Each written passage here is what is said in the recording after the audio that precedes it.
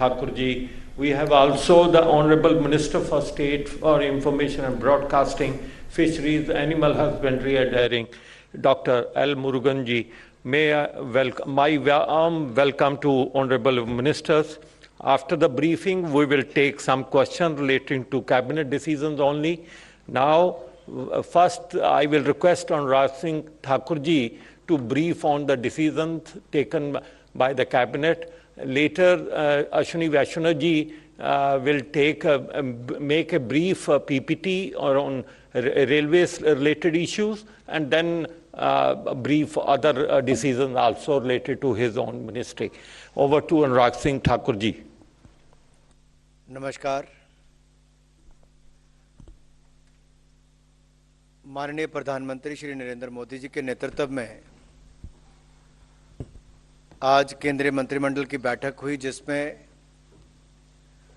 भारत के शहरों के लिए ग्रीन मोबिलिटी को मद्देनज़र रखते हुए, पर्यावरण को ध्यान में रखते हुए, वर्तमान और भविष्य के ट्रांसपोर्टेशन के लिए एक बहुत महत्वपूर्ण निर्णय किया गया है, जो ministry of housing and urban affair से जुड़ा हुआ है। पीएम ई बस सेवा की मंजूरी दी गई है और पीएम ई बस सेवा पर 57,613 करोड़ रुपए खर्च किए जाएंगे। 10,000 बसें और ये 10,000 न्यू इलेक्ट्रिकल बसेस, 10,000 नई इलेक्ट्रिकल बसेस की सेवाएं उपलब्ध करवाई जाएंगी। देश भर के 169 शहरों में से 100 शहरों को चैलेंज मेथड के आधार पर चुना जाएगा। अब ये वर्तमान में अगर आप देखेंगे, देश के अधिकांश शहरों में पब्लिक ट्रांसपोर्ट की सुविधाएं, विशेष रूप से बसों का काफ़ी अभाव है, और नेशनल अर्बन ट्रांसपोर्ट पॉलिसी के अंतर्गत ये सुझाव भी थे कि जैसे पब्लिक ट्रांसपोर्ट को, नॉन मोटराइज्ड ट्रांसपोर्ट, इसको और बल देना चाहिए, प्रोत्साहन देना चाहिए। तो इसी परिप्रेक्ष्य में देश के 100 शहरों को वृहद पैमाने पर इलेक्ट्रिक बस सेवा चलाने के लिए ये योजना तैयार की गई है, जो ग्रीन मोबिलिटी को बढ़ावा देगी। अब ये कैसे 100 शहर चुने जाएंगे? देश में जो 3 लाख से 40 लाख की जनसंख्या वाले 169 शहर है, 169 सिटीज हैं, उनमें चैलेंज मेथड के आधार पर 100 शहरों का चयन किया जाएगा। 5 लाख से कम जनसंख्या वाले शहरों को 50 बसेस मिलेंगी। 5 लाख से 20 लाख की आबादी वाले प्रत्येक शहर के लिए 100 बसें, और 20 लाख से 40 लाख की आबादी के शहरों के लिए 150 बसों की सहायता दी जाएगी। और जो राज्य और जो शहर पुरानी बसों को स्क्रैप करने के लिए शहरों को अतिरिक्त बसें एलोकेट की जाएंगी। मान लीजिए कोई एक शहर है, जालंधर ही है, अब वो पुरानी बसों के स्क्रैप के लिए अपनी जमीन कहीं उपलब्ध कराते, तो उसको अतिरिक्त बसें उस शहर के लिए दी जाएंगी। अब ये बसों का प्रोक्योरमेंट, मेंटेनेंस, ऑपरेशन ये पीपीपी मोड पर किया जाएगा और एक कॉम्पिटिटिव बिडिंग के अंतर्गत किया जाएगा, जिसमें प्राइवेट प्लेयर्स आगे आ सकते हैं। इसके लिए प्रति किलोमीटर परिचालन के लिए केंद्रीय सहायता दी जाएगी। तो जो भी पीपीपी मोड पर आएगा उसको प्रति किलोमीटर के आधार पर चलाने के लिए केंद्रीय सहायता मिलेगी, और ये सहायता अगले 10 साल तक मिलती रहेगी। ये स्कीम सन 2037 तक चलेगी। मान लीजिए कोई बस 2025 में शुरू होती है तो 2035 तक उसको उसका लाभ मिलता रहेगा। और पर किलोमीटर देय राशि जो है, ये भी कॉम्पिटिटिव बिडिंग के द्वारा ही चयन का पैरामीटर इस पे रखा गया है। ये जो 57,613 करोड़ रुपए पूरे कुल पीएम ई बस सेवा पर खर्च होंगे, ये 57,613 करोड़ रुपए 2037 तक खर्च होंगे। इसमें से 20,000 करोड़ रुपया भारत सरकार की तरफ से दिया जाएगा, शेष राशि जो है वो राज्य सरकारों को देनी पड़ेगी। जैसे बस सेवा के संचालन के लिए इन शहरों में आवश्यक इंफ्रास्ट्रक्चर की जरूरत है, जैसा कि बस डिपो है या अपग्रेडेशन करनी पड़ेगी जो डिपो है, कोई नए निर्माण होंगे, कुछ की अपग्रेडेशन करनी पड़ेगी। जहां पर इलेक्ट्रिक बसेस के पावर इंफ्रास्ट्रक्चर के लिए भारत सरकार द्वारा सहायता उपलब्ध करवाई जाएगी। जो दूसरा इसका कंपोनेंट है ग्रीन अर्बन मोबिलिटी इनिशिएटिव गुमी के अंतर्गत हम बस रैपिड ट्रांसपोर्ट प्रोजेक्ट्स बनाएंगे, बस रैपिड ट्रांजिट प्रोजेक्ट बनाएंगे और बाइक शेयरिंग, बाइसाइकिल लेन्स जैसे नॉन मोटराइज्ड ट्रांसपोर्ट इंफ्रास्ट्रक्चर का निर्माण और national common mobility card NCMC और intelligent transit management system ITMS, multi modal interchange facilities जैसे इनोवेटिव प्रोजेक्ट्स भी क्रियान्वयन इसके अंतर्गत किए जाएंगे। इसके लिए भी ग्रीन मोबिलिटी चैलेंज के आधार पर ही शहरों का चयन किया जाएगा। अब ये जो 20,000 करोड़ भारत सरकार देगी, इसका मैंने आपको बताया कि कैसे अलग अलग जो चैलेंज मेथड के माध्यम से PPP प्रोजेक्ट में चुने जाएंगे। इसमें कुछ कंपोनेंट पर गुमी वाले पे भी और PME बस सेवा पर भी 100% भारत सरकार पैसा देगी। वो कंपोनेंट जो है वो हमारा नेशनल कॉमन मोबिलिटी कार्ड, इस पर 100% भारत सरकार देगी। इंटेलिजेंट ट्रांजिट मैनेजमेंट सिस्टम, इसके ऊपर 100% भारत सरकार पैसा देगी। और इलेक्ट्रिक बस के लिए जो पावर इंफ्रास्ट्रक्चर है, इसके लिए भी 100% पैसा भारत सरकार देगी।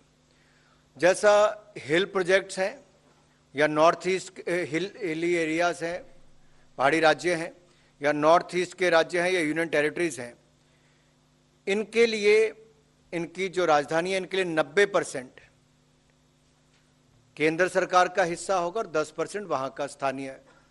बाकी शहरों के लिए 60% केंद्रीय सहायता दी जाएगी, बल्कि 40% स्थानीय होगी।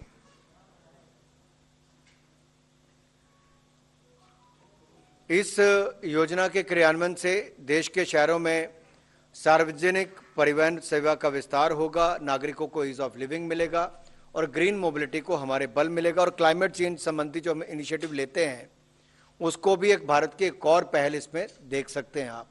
तो बार बार जब हमने बजट में भी कहा कि ग्रीन इन्वेस्टमेंट होगी, ग्रीन इनिशिएटिव्स होंगे, ग्रीन इकोनॉमी और ग्रीन जॉब्स, तो ग्रीन ग्रोथ उस दिशा में भी ये कदम बढ़ाया गया है। बाकी जो विषय हैं वो माननीय अश्विनी वैष्णव जी के विभागों से संबंधित हैं। मैं उनसे अनुरोध करता हूं कि उन विषयों पर विस्तार में अपनी बात रखें कि कैबिनेट में क्या क्या निर्णय हुए। धन्यवाद। धन्यवाद अनुराग जी। साथियों, देश में जिस तरह से वंचित, गरीब, गांवों में रहने वाले हमारे ऐसे वर्गों की मोदी जी ने आज तक हमेशा चिंता की है, उनके बारे में सोचा है, उनके लिए कई प्रकार की योजनाएं बनाई हैं। उसी कड़ी में आज एक बहुत ही महत्वपूर्ण योजना माननीय प्रधानमंत्री जी ने कैबिनेट में अप्रूव की है, वो है विश्वकर्मा योजना। विश्वकर्मा के माने हमारे ग्रामीण क्षेत्रों में, कस्बों में, छोटे शहरों में जो हम देखते हैं बहुत सारे ऐसे वर्ग हैं जो कि गुरु शिष्य परंपरा के तहत पीढ़ी दर पीढ़ी एक प्रकार से एक अपना एक बड़ा स्किल लेके उस काम को करते आए हैं।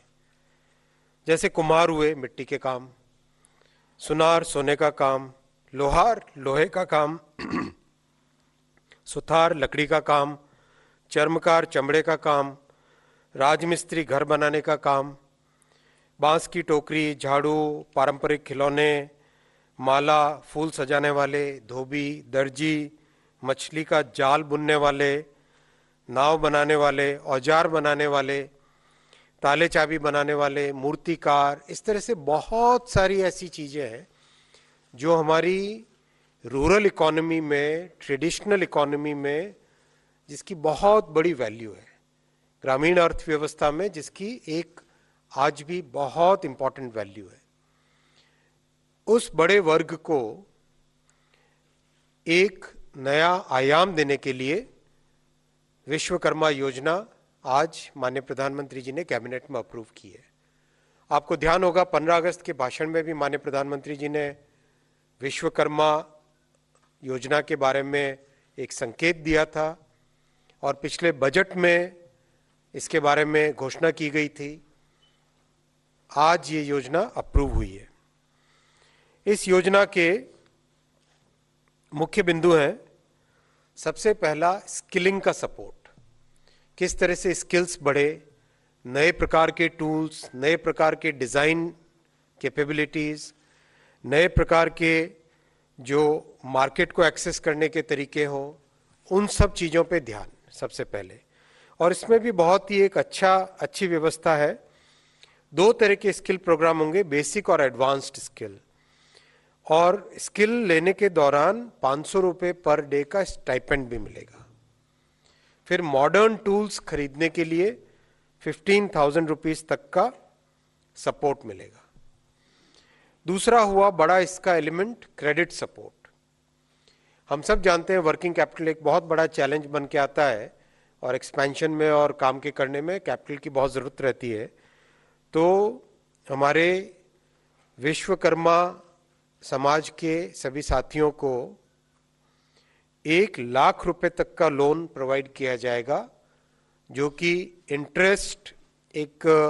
इंटरेस्ट सबवेंशन स्कीम के तहत मैक्सिमम 5% इंटरेस्ट रहेगा। बहुत ही अच्छी लिबरल टर्म्स एंड कंडीशंस इस पे रहेंगी। और ये फर्स्ट ट्रांच है, ये सक्सेसफुल डिप्लॉय करके अपने बिजनेस को बढ़ाए। उसके बाद में सेकेंड ट्रांच में 2 लाख रुपए का लोन क्रेडिट सपोर्ट रहेगा। तो इस तरह से एक ग्रामीण क्षेत्र में छोटा कारोबारी पारंपरिक तरीके से जो काम करता आया, उसको नए टूल्स, क्रेडिट सपोर्ट, नए स्किल्स और नया मार्केट सपोर्ट। किस तरह से मार्केटिंग सपोर्ट रहेगा? मार्केटिंग सपोर्ट में क्वालिटी सर्टिफिकेशन हो, ब्रांडिंग, ऑनलाइन मार्केट एक्सेस, इस तरह के, और साथ में बहुत सारे जो इनिशिएटिव्स लिए गए, जैसे 1 डिस्ट्रिक्ट 1 प्रोडक्ट से जोड़ना, या 1 स्टेशन 1 प्रोडक्ट जिसमें 800 स्टेशन पे ट्रेडिशनल हैंडीक्राफ्ट्स को जगह दी गई है, उससे जोड़ना, या फिर वोकल फॉर लोकल के कैंपेन में जोड़ना, स्किल इंडिया, डिजिटल इंडिया का समागम, इन सब प्रोग्राम्स के साथ इनको जोड़ा जाएगा। डिजिटल पेमेंट या डिजिटल ट्रांजैक्शन करे, उसके लिए भी साल में 1200 ट्रांजैक्शन तक के लिए इंसेंटिव मिलेगा, जो कि अब तक स्वनिधि कार्यक्रम में मिलता था। अब इस आप प्रोग्राम को देखो, ये प्रोग्राम मोदी जी की जो फिलॉसफी है, जो लोएस्ट इनकम के सेगमेंट्स हैं, जो ट्रेडिशनल काम करने वाले सेगमेंट्स हैं, जो ग्रामीण क्षेत्रों में, जो कि आज की मॉडर्न आपाधापी मॉडर्न इकोनॉमी में कहीं पीछे छूटते जाते हैं, उन सब के लिए एक एक करके कोई ना कोई व्यवस्था बनती है। जैसे स्वनिधि स्कीम आई थी, आप सबको जान के आश्चर्य होगा और खुशी होगी, अब तक स्वनिधि में 42 लाख लाभार्थी रेड़ी, पटरी, खोमचे, सब्जी की छोटी सी दुकान लगा के जो बैठते हैं सड़क के किनारे, ऐसे देश भर के शहरों में 42 लाख लाभार्थियों को अब तक सपोर्ट दिया जा चुका है। और सपोर्ट की क्वांटम अगर आप जानोगे और भी अच्छा लगेगा, 70,000 करोड़ रुपीस का सपोर्ट अब तक दिया जा चुका है स्वनिधि के माध्यम से। इसी तरह से विश्वकर्मा के माध्यम से 30 लाख व्यक्तियों को, 30 लाख परिवारों को इसमें सपोर्ट मिलेगा। 30 lakh families will be supported under Vishwakarma योजना। एक परिवार से एक व्यक्ति को यह सपोर्ट मिलेगा। इसका इम्प्लीमेंटेशन बहुत ही एक सिंपल तरीके से किया जाएगा। जो ग्रामीण क्षेत्रों में कॉमन सर्विस सेंटर्स हैं, उन कॉमन सर्विस सेंटर्स के जरिए से रजिस्ट्रेशन होगा, और उसके बाद में एक बहुत ही अच्छी व्यवस्था में आइडेंटिफिकेशन होगा, पहले पंचायत या फिर लोकल बॉडी स्तर पे, फिर ब्लॉक स्तर पे, और फिर डिस्ट्रिक्ट के लेवल पे फाइनल सिलेक्शन होके। इसमें राज्य सरकारों का बहुत सहयोग लगेगा, राज्य सरकारों की भी बहुत बड़ी भूमिका रहेगी, लेकिन इसकी जितनी भी फंडिंग है वो सारी की सारी फंडिंग केंद्र सरकार की तरफ से रहेगी। ये साथियों एक बड़ा निर्णय आपके सामने रखा विश्वकर्मा योजना का। मैं दूसरा विषय आपके सामने रखूंगा डिजिटल इंडिया का। आज माननीय प्रधानमंत्री जी ने डिजिटल इंडिया प्रोग्राम के एक्सटेंशन को मंजूर किया विद आउटले ऑफ 14,903 करोड़। हम सब जानते हैं कि 2015 में जब डिजिटल इंडिया प्रोग्राम लॉन्च किया था माननीय प्रधानमंत्री जी ने, उस विजन को जिस तरह से आज सारी दुनिया पहचान रही है, उसकी चर्चा कर रही है, और जिससे गरीब से गरीब व्यक्ति की जिंदगी में एक बड़ा बदलाव आया है। टेक्नोलॉजी को प्रधानमंत्री जी ने डेमोक्रेटाइज किया है डिजिटल इंडिया प्रोग्राम के तहत। टेक्नोलॉजी केवल सक्षम लोगों के हाथ में आए ऐसा नहीं, गरीब से गरीब व्यक्ति, वंचित परिवार, दूर दराज के क्षेत्रों में रहने वाले व्यक्ति, इन सब परिवारों को भी टेक्नोलॉजी का वही बेनिफिट मिले जो कि बड़े शहरों में रहने वाले व्यक्तियों को मिलता है। तो टेक्नोलॉजी को मोदी जी ने डेमोक्रेटाइज किया है, इंक्लूसिव ग्रोथ रखी है। उसी कड़ी में आज डिजिटल इंडिया प्रोग्राम को एक्सपैंड करना और इसकी अवधि और बढ़ाने का निर्णय लिया गया। इस निर्णय में जो बहुत बड़े बदलाव हुए डिजिटल इंडिया में, 2015 से अब तक एक अच्छी प्रोग्रेस हुई। अब इस प्रोग्रेस से ऊपर जो प्रोग्रेस लेके जाना है, इसके लिए जो बदलाव हुए वो मैं आपके सामने कुछ बिंदु रखूंगा।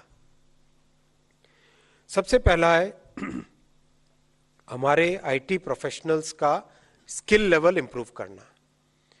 किस तरह से आज टेक्नोलॉजी तेजी से चेंज हो रही है, IoT, AI, ML, data analytics, इन सब के कारण एक नया लगातार परिवर्तन आ रहा है। 5,25,000 स्किल आईटी प्रोफेशनल्स को रीस्किलिंग और अपस्किलिंग कराना। सेकेंड, इंफॉर्मेशन सिक्योरिटी के प्रोग्राम्स के लिए करीब करीब 2,65,000 लोगों के ट्रेनिंग, यानी कॉर्पोरेट्स हो, छोटी जगह हो, कोई गवर्नमेंट के ऑर्गेनाइजेशंस हो, उन सब में साइबर सिक्योरिटी प्रोफेशनल्स कैसे काम में लग सके, जो ट्रेंड हो, जो इंफॉर्मेशन सिक्योरिटी के चीज़ों को समझते हो, उसके लिए 2,65,000 पर्सन्स विल बी ट्रेंड। आपने उमंग प्लेटफॉर्म देखा होगा, जो कि एक यूनिफाइड प्लेटफॉर्म है जिसमें गवर्नमेंट की अब तक 1,700 सर्विसेज मिलती है, और बहुत अच्छा इसका ग्रामीण क्षेत्रों में आप जाओगे, छोटे शहरों में बहुत इसका प्रभाव है। लोग उमंग एप्लीकेशन से कई सारी सर्विसेज यूज करते हैं। इसमें 1,700 सर्विसेज जो अभी मिल रही है, इसमें 540 सर्विसेज और ऐड की जाएंगी। फिर नेशनल सुपर कंप्यूटिंग मिशन, हमारी वेदर फोरकास्टिंग हो, एआई के मॉडलिंग हो, कई तरह के काम में जो सुपर कंप्यूटिंग का उपयोग होता है, उसमें अब तक 18 सुपर कंप्यूटर्स अभी डिप्लॉयड हैं। तो इस 18 सुपर कंप्यूटर्स के डिप्लॉयमेंट के बाद में 9 more supercomputers will be added to the National Supercomputing Mission. 9 more supercomputers will be added. Next point है भाषिनी के बारे में। आप सबने देखा, भाषिनी एक ऐसा पावरफुल टूल है जिस टूल से देश की किसी भी भाषा से किसी भी दूसरी भाषा में text to text, text to audio, audio to text, हर एक मोड से ट्रांसलेशन रियल टाइम में होता है। और आज इसका उपयोग ऐसी जगह भी कर रहे हैं, मुझे भी बीच में एक जगह उपयोग देखा था, एकदम आदिवासी क्षेत्र में किस तरह से व्यक्ति एक इंटरनेशनल यूनिवर्सिटी के प्रोग्राम को अपनी भाषा में समझ पा रहा है। तो भाषिणी का मैसिव रोल आउट होगा डिजिटल इंडिया के इस एक्सटेंशन में। नॉलेज, नेशनल नॉलेज नेटवर्क, आप जानते हो कि 1787 एजुकेशनल और रिसर्च इंस्टीट्यूशन है देश भर में। इनके लिए ये वर्ल्ड क्लास नेटवर्क है जो कि ग्लोबली जितनी भी रिसर्च इंस्टीट्यूशंस हैं उन सब के साथ जुड़ा हुआ है।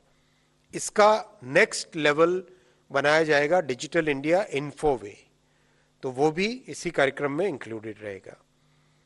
फिर डिजी लॉकर आज इंडिविजुअल के लिए करीब करीब 40 करोड़ के आसपास इसके सब्सक्राइबर्स ऑलरेडी हो चुके हैं। अब इसी तरह का डिजी लॉकर एमएसएमई, विशेषकर एमएसएमई जो छोटी एंटिटीज, छोटे बिजनेसेस हैं, उनके अपने सभी डॉक्यूमेंट्स को सेफ तरीके से रख सके, प्राइवेसी प्रोटेक्टेड तरीके से रख सकें, और उससे डिजिटल वेरिफिकेशन और बहुत सारी चीज़ें, जैसे डिजिटल क्रेडिट पे बहुत तेज़ी से काम चल रहा है।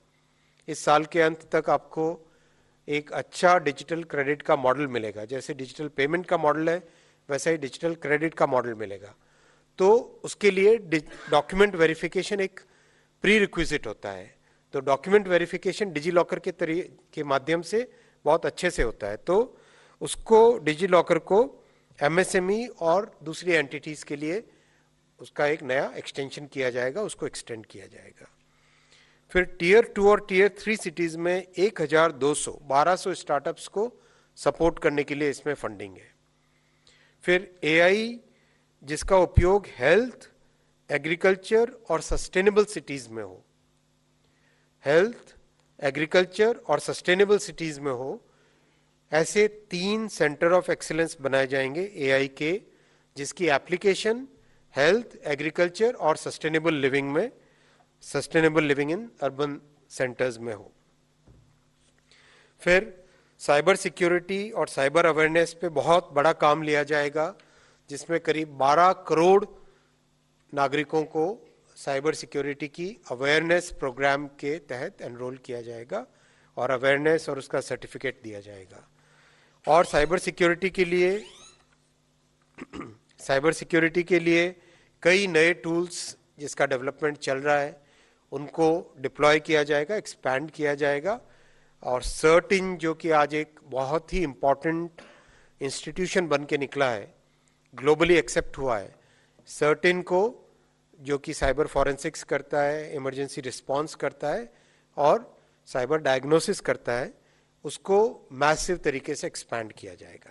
तो साथियों, जिस तरह से माननीय प्रधानमंत्री जी ने डिजिटल इंडिया प्रोग्राम के तहत टेक्नोलॉजी को डेमोक्रेटाइज किया है और गरीब से गरीब व्यक्ति के हाथ में टेक्नोलॉजी पहुंचाई है, उसी प्रोग्राम को आज प्रधानमंत्री जी ने कैबिनेट में अप्रूव किया और इसके एक्सपेंशन का निर्णय लिया with N outlay of 14,903 crore. ये दूसरा था विषय। और तीसरा विषय है रेलवे के नए प्रोजेक्ट सैंक्शन हुए। माननीय प्रधानमंत्री जी ने रेलवे पे बहुत बड़ा फोकस दिया है। जिस तरह से श्रद्धेय अटल जी ने हाईवे प्रोग्राम एक नया बना के देश की मूलभूत संरचना को, इंफ्रास्ट्रक्चर को एक नया डायमेंशन दिया था, वैसा ही माननीय प्रधानमंत्री श्री नरेंद्र मोदी जी ने रेलवे के लिए मैसिव प्रोग्राम पिछले 9 वर्षों में लिए। चाहे इतना बड़ा इलेक्ट्रिफिकेशन प्रोजेक्ट जो कि 60 साल में नहीं हुआ था, उससे ज्यादा इलेक्ट्रिफिकेशन पिछले 9 वर्षों में। मतलब आप देखो, एक एक देश का पूरा जो नेटवर्क होता है, उस पूरे नेटवर्क के बराबर पिछले 9 वर्षों में इलेक्ट्रिफिकेशन हुआ, या उससे भी ज्यादा नए ट्रैक बने।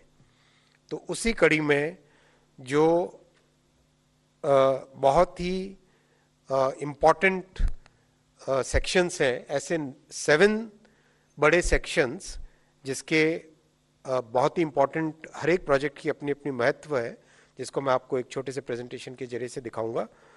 उन प्रोजेक्ट्स को आज अप्रूव किया। मैं एक एक करके सारे प्रोजेक्ट्स लूंगा, उसकी इम्पोर्टेंस बताऊंगा, और मेरा रिक्वेस्ट आपसे रहेगा कि उसका क्या सिग्निफिकेंस होने वाला है साधारण नागरिक के जीवन में, कॉमन सिटीजन के जीवन में क्या चेंज आने वाला है उन प्रोजेक्ट्स के बनने से, उस पर आप ध्यान देंगे प्लीज। प्रेजेंटेशन लगा हुआ है। वैसे खड़े होके करता तो ठीक रहता। जैसे भी आपको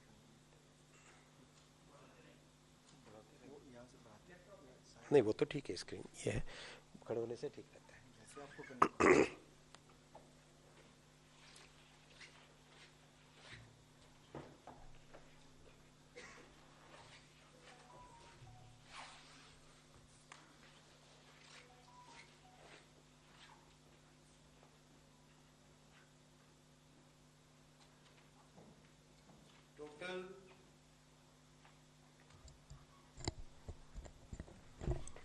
सात प्रोजेक्ट आज अप्रूव हुए हैं। 32,500 करोड़ रुपीस के 7 प्रोजेक्ट्स अप्रूव हुए हैं। 32,500 करोड़ रुपीस के सातों के सातों प्रोजेक्ट्स बहुत ही इंपॉर्टेंट है। देश के 9 राज्यों में 35 डिस्ट्रिक्ट्स कवर करेंगे और टोटल इसकी लेंथ है 2,339 किलोमीटर्स इससे ऐड होंगे। जो राज्य जिसको डायरेक्ट बेनिफिट मिलेगा उनमें है उत्तर प्रदेश, बिहार, तेलंगाना, आंध्र प्रदेश, महाराष्ट्र, गुजरात, उड़ीसा, झारखंड और वेस्ट बंगाल। ये एकदम समरी है, मैं सारे समरी के बजाय सीधा प्रोजेक्ट्स पे जाऊंगा। देश भर में फैले हुए ये प्रोजेक्ट्स। सबसे पहला प्रोजेक्ट है गोरखपुर से वाल्मीकि नगर की डबलिंग। इस प्रोजेक्ट की इंपॉर्टेंस आप देखिए, हमारा एंटायर नॉर्थ ईस्ट का जो जितने स्टेट्स हैं अष्टलक्ष्मी, इन स्टेट्स के लिए एक लंबे समय से प्रयास चल रहा था कि जो हमारी मेन ग्रैंड कॉर्ड और ये जो मेन लाइन है दिल्ली से हावड़ा वाली, इसका एक ऑल्टरनेटिव होना चाहिए जिससे कि नॉर्थ ईस्ट से हम ज़्यादा ट्रेन्स चला सकें, ज़्यादा एक्सेसिबिलिटी दे सके और गुड्स का ट्रांसपोर्टेशन भी नॉर्थ ईस्ट से अच्छे से हो सके। तो उसमें एक ये मिसिंग लिंक था गोरखपुर से वाल्मीकि नगर। बाकी काम पहले अप्रूव हो चुका था और काम चल भी रहा है। कम से कम 8 प्रोजेक्ट चल रहे हैं इस कड़ी में, जो कि देश के माना जो दिल्ली हावड़ा रूट है इसके पैरेलल एक और रूट बनाने के लिए करीब 8 प्रोजेक्ट्स चल रहे हैं। उसमें से एक मिसिंग लिंक था, वो आज सैंक्शन हुआ, गोरखपुर कैंट से वाल्मीकि नगर की डबलिंग का। इस प्रोजेक्ट की कॉस्ट है 1,269 करोड़ और सबसे बड़ी बात है कि इसमें बड़ा ब्रिज है गंडक रिवर पे, 854 मीटर का, यानी करीब करीब 1 किलोमीटर से थोड़ा सा कम लंबा ये ब्रिज रहेगा। कॉम्प्लेक्स प्रोजेक्ट है जिसमें बिहार और उत्तर प्रदेश के दोनों राज्यों के इसमें मदद लगेगी और साथ ही साथ नॉर्थ ईस्ट की कनेक्टिविटी तो इससे सुधरेगी और नेपाल की कनेक्टिविटी भी इससे बहुत सुधरेगी। नेपाल का जो भी सामान आना जाना होता है हिंदुस्तान के जरिए से ही होता है सारा, तो वो एक अच्छी फैसिलिटी नेपाल के नागरिकों को भी इससे मिलेगी। दूसरा प्रोजेक्ट है गुंटूर से बीबीनगर की डबलिंग। गुंटूर से बीबीनगर की डबलिंग की इंपॉर्टेंस इस तरह से है कि आज अगर हम देखें चेन्नई और हैदराबाद के बीच में बहुत डिमांड रहती है ट्रेन्स की, क्योंकि ये 2 बड़े महानगर बन चुके हैं, बहुत बड़े मेट्रोपोलिस बन चुके हैं। इन दोनों बड़े मेगा सिटीज़ के बीच में जितनी कैपेसिटी बढ़ाएं उतनी कम है। तो ये सेक्शन एक आइडेंटिफाई किया गया जो कि गुंटूर से बीबीनगर का है, 239 किलोमीटर्स का, 239 किलोमीटर्स का, 3,238 करोड़ का, 3,238 करोड़ का। इसको कनेक्टिविटी देने से चेन्नई और हैदराबाद के बीच में डिस्टेंस कम हो जाएगी, 76 किलोमीटर कम हो जाएगी डिस्टेंस। जो कॉमन सिटीजन्स को क्या फैसिलिटी मिलेगी, क्या बेनिफिट मिलेगा, जो मैं आपको पॉइंट कह रहा था, वो पॉइंट अगर आप नोटिस करें तो बिटवीन हैदराबाद एंड चेन्नई बहुत अच्छी सर्विसेज चल पाएंगी इस डबलिंग के कनेक्शन करने से। साथ ही साथ विजयवाड़ा और हैदराबाद के बीच में भी बहुत अच्छी फैसिलिटीज़ मिलेंगी। तो एक तरीके से हैदराबाद, विजयवाड़ा, चेन्नई, इस रूट पे बहुत सुपर कनेक्टिविटी मिल सकेगी। कई नई तरह की सर्विसेज, वंदे भारत और चल सकती है और दूसरी ट्रेन चल सकती है इस पे, और गुड्स के लिए भी, वहाँ के इंडस्ट्रियल क्लस्टर के लिए भी बेनिफिट होगा। जगैयापेटा क्लस्टर में करीब करीब 12 से 13 सीमेंट फैक्ट्रीज हैं। जनपहाड़ में भी सीमेंट फैक्ट्रीज हैं। तो उन सीमेंट फैक्ट्रीज से नॉर्थ इंडिया में जो सीमेंट आना होता था, जो ट्रांसपोर्टेशन की कॉस्ट पड़ती थी, वो कम होगी, बड़े आराम से आ पाएंगे सीमेंट के कंसाइनमेंट्स। ये इसका स्केच था। तीसरा प्रोजेक्ट है चौपन से चुनार, ये मध्य प्रदेश और उत्तर प्रदेश का हिस्सा है। इसमें सिंगरौली एक बहुत बड़ा पावर जनरेटिंग स्टेशन है और बहुत बड़ा माइनिंग हब भी है। वहाँ से नॉर्दर्न इंडिया के पावर प्लांट्स को पावर के लिए, कोल लाने के लिए इस लाइन की बहुत इंपॉर्टेंस रहेगी।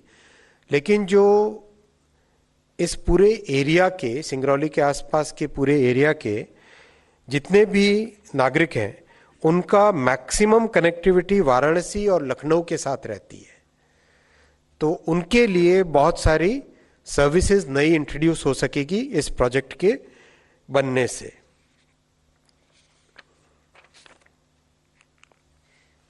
अभी आप सोचो, इस एरिया से, सिंगरौली वाले एरिया से अगर मेन लाइन में आना है तो करीब करीब पहले काफी एकदम घूम के जाना पड़ता है। 280 किलोमीटर का डिस्टेंस कम होगा इस सेक्शन के बनने से। अगला प्रोजेक्ट है महबूब नगर, मुड़खेड़, मेडचल और महबूब नगर धोन। ये बेसिकली जो हमारा सिकंदराबाद से बेंगलोर वाला जो सेक्शन है और नॉर्थ से साउथ की तरफ जो ट्रेन्स जाती हैं, उनके बेनिफिट के लिए है। मुड़खेड़ से मेडचल के बीच में डबल होने से नॉर्थ से साउथ में जाने वाली जितनी ट्रेन्स की कैपेसिटी है वो बहुत बढ़ जाएगी। करीब 50 ट्रेन्स एक्स्ट्रा डेली चल पाएंगी इस डबलिंग से। और वैसे ही महबूब नगर से धोने, इस वाले सेक्शन के करने से, डबलिंग होने से, जो बेंगलोर से सिकंदराबाद का रूट है उसमें काफ़ी सिग्निफिकेंट कैपेसिटी इंक्रीज होगी। और फिर सिकंदराबाद और बेंगलोर, मतलब हैदराबाद और बेंगलोर के बीच में वंदे भारत ट्रेन चलाई जा सकती हैं और भी कई नई फैसिलिटीज़ वहाँ पे दी जा सकती हैं इस सेक्शन के बनाने से। अभी अगर आप देखें तो सिकंदराबाद यानी हैदराबाद से बेंगलोर अगर जाएं तो काफ़ी घूम के जाना पड़ता है। इस सेक्शन के बनने के बाद में सीधा बेंगलोर पे कनेक्टिविटी बन जाती है। काफ़ी करीब कितने किलोमीटर है? 50 किलोमीटर का सेविंग होता है बिटवीन हैदराबाद एंड बेंगलोर। ये है गुजरात में जो पोर्ट एरिया है हमारा, कांडला, मुंद्रा, जखौ और एक और पोर्ट है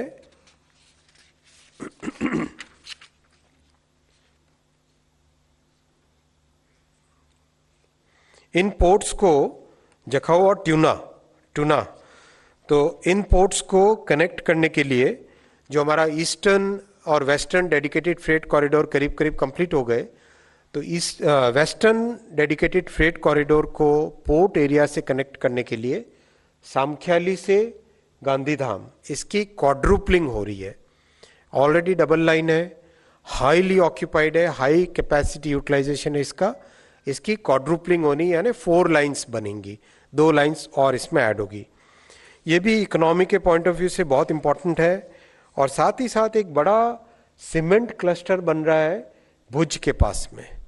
भुज के आसपास वाला जो एरिया है उसमें अच्छे लाइमस्टोन के डिपॉजिट्स हैं, तो वहाँ बहुत अच्छा सीमेंट क्लस्टर बन रहा है। अब कॉमन सिटीजन्स के पॉइंट ऑफ व्यू से अगर हम देखें तो बहुत बड़ी संख्या में हमारे मजदूर भाई काम करने के लिए इस एरिया में आते हैं। तो यहाँ पे कैपेसिटी बढ़ने से नई ट्रेन्स चलाई जा सकेंगी, नई पैसेंजर सर्विसेज इंट्रोड्यूस हो सकती हैं। ये अगला प्रोजेक्ट है बेसिकली ईस्ट कोस्ट में, जो कलकत्ता से नीचे चेन्नई तक, ये वाला जो पूरा मेन लाइन है, इस मेन लाइन की कैपेसिटी काफ़ी और बहुत कैपेसिटी की ज़रूरत है, क्योंकि खूब डिमांड होती है बंगाल, बिहार, झारखंड, उड़ीसा, इन सब राज्यों से, और नॉर्थ ईस्ट, इन सब राज्यों से हैदराबाद, चेन्नई, बेंगलोर यहाँ जाने के लिए बहुत श्रमिक वर्ग हुए, पढ़ने के लिए बच्चे हुए, हेल्थ केयर के लिए कई लोग जाते हैं। तो ये जो ट्रांसपोर्टेशन का बड़ा एक ट्रंक रूट है, इस ट्रंक रूट की कैपेसिटी बढ़ाने का निर्णय लिया गया है। और इसमें 3rd line all the way from Cuttack से लेके नीचे वाइजैक तक, ऊपर कैलकाटा से भद्रक कटक तक करीब करीब काम थर्ड लाइन का जो कुछ वर्षों पहले सैंक्शन हुआ था वो कंप्लीट होने को आया। अब उस काम को आगे बढ़ा के नीचे वाइजैक तक लेके जा रहे हैं और नीचे वाइजैक से चेन्नई तक की थर्ड लाइन का भी डीपीआर बन रहा है। जब वो डीपीआर बनेगा तो उसे भी सैंक्शन के लिए कैबिनेट में लेके जाएंगे। इससे बहुत बड़ी कैपेसिटी इंक्रीज होगी, करीब करीब 5,000 करोड़ का ये प्रोजेक्ट है और बहुत ही ज़रूरी है क्योंकि कंप्लीट ईस्टर्न और सदर्न सेक्टर्स को जोड़ने वाली ये मेन रूट है। ये साथियों अगला प्रोजेक्ट है सोननगर से अंडाल। आप सब जानते हैं कि हमारा जो ईस्टर्न डेडिकेटेड फ्रेट कॉरिडोर है वो सोननगर तक कंप्लीट हो गया है अभी। अब सोननगर से अंडाल वेस्ट बंगाल के जस्ट बॉर्डर पे है। इस पूरे सेक्शन को एक्सट्रीमली हाई कैपेसिटी देने की जरूरत है, तो इसको क्वाड्रुपल किया जा रहा है। अभी डबल लाइन है, इसमें 4 लाइन बनेगी अब। तो इस पूरे सेक्शन को आज माननीय प्रधानमंत्री जी ने अप्रूव किया। ये हमारी देश की अर्थव्यवस्था के लिए और दिल्ली से कलकत्ता वाला जो मेन रूट है, इस मेन रूट की कैपेसिटी के लिए बहुत ज़्यादा ज़रूरी है। पूरे के पूरे बिहार से, नॉर्थ ईस्ट से, बंगाल से, झारखंड से, ईस्टर्न यूपी से जितने भी हमारे यात्री और एक बड़ी जनसंख्या है जो कि दिल्ली की तरफ आते हैं, पंजाब की तरफ आते हैं, बहुत बड़ा श्रमिक वर्ग है जो वेस्टर्न साइड में काम करने के लिए आता है, उन सब के लिए इससे बहुत बड़ी फैसिलिटी मिलेगी। फिर जो झारखंड और उड़ीसा के जो कोल और स्टील बेल्ट है उन सबको नॉर्दर्न एरियाज में लाने के लिए बहुत बड़ी एक फैसिलिटी मिलेगी।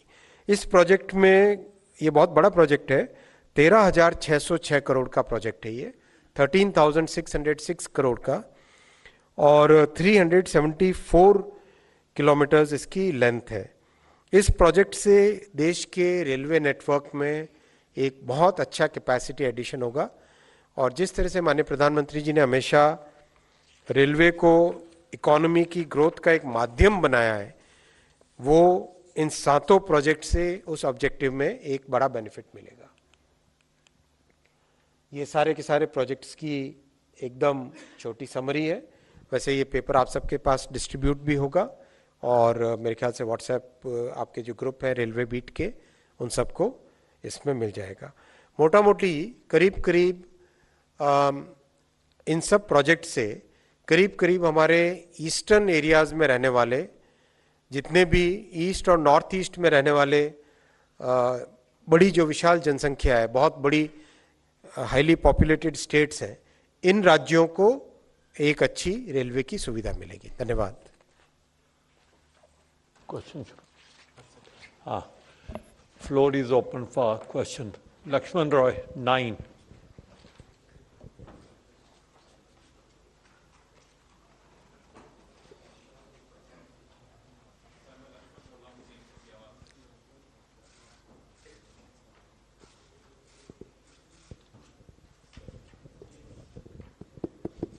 सर, मैं लक्ष्मण बोल रहा हूँ CNBC आवाज़ से। ये जो विश्वकर्मा योजना को मंजूरी दी गई है, उसके तहत जो अलग अलग कामगारों की पहचान की जानी है, उसके लिए क्या सरकार ने कोई डेटाबेस बनाया है और पहला चरण कब तक पूरा किया जाएगा? और दूसरा सवाल, रेलवे के जो प्रोजेक्ट हैं उसमें पैसेंजर को तो सुविधा होगी, फ्रेट की क्षमता बढ़ाना भी एक बड़ी चुनौती थी, उससे कितना फ़ायदा होगा? मैं दूसरा प्रश्न पहले लेता हूँ।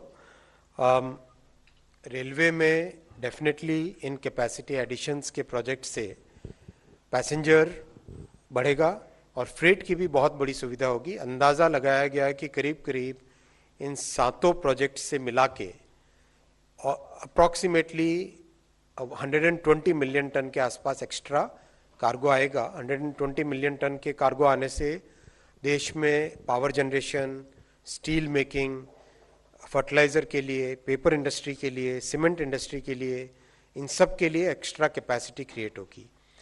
जो महत्वपूर्ण मुद्दा है कि हमारे ईस्टर्न सेक्टर्स से, बिहार से, झारखंड से, Chhattisgarh, Orissa, north eastern states, Bengal और ईस्टर्न यूपी, इन सब से जो बहुत बड़ी संख्या में लोग काम के लिए आते हैं दूसरे एरियाज में, वेस्ट में हो गए, साउथ में हो गए, एजुकेशन के लिए आते हैं, हेल्थ केयर के लिए आते हैं।